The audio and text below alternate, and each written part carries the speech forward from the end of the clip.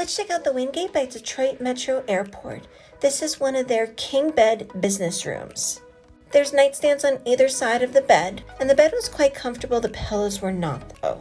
And then in this corner, I feel like they normally would have like a chair and there was nothing there, so it felt really weird. The view is of the airport car rental lots, and one of the windows does open, which is unique compared to a lot of hotels. And then there was a small desk, and on the desk they had this sign that had how much it was going to cost if you stole different items, which just made this hotel feel extra trashy. The TV was quite small, however the fridge was larger than I expected, and they did have a microwave in the room and some drawer space. There's also a full-length mirror, and they do have this closet area that includes an iron and an ironing board, and they also have a laundry bag, but it's actually a garbage bag. And then the bathroom was quite standard. It had a shower and a tub combo.